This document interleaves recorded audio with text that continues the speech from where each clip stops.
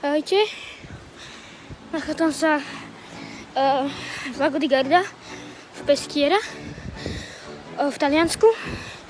A Peschiera vlastne je rybárske mestečko. A našiel som tu takýto opustenú budovu. Tak som si povedal, že to spolu aspoň na prízemí budeme trošku preskúvať. Tu je diera. Neviem, čo tam je tak vidno.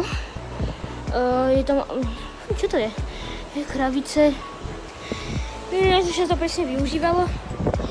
Asi to mohla byť nejaká rybárska oblasť, nejaký rybársky domček. Veľmi tu fúka vietor. Takže tak, no.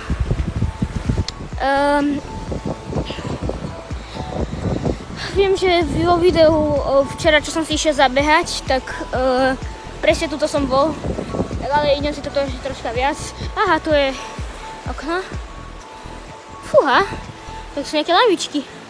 To vyzerá, aké by to bol niekedy bar, tam vzadu. Nejaký aj krb tam je.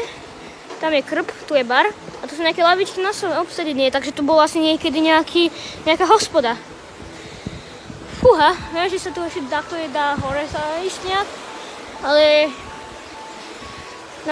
neviem, či sa tam dá vlastne ísť. Tu je to zabarigadované. A tak, no ani tak sa nebudem skúšať ísť. Len som vám to tu chcel ukázať, no tak. Čaute. Krásny výhľad.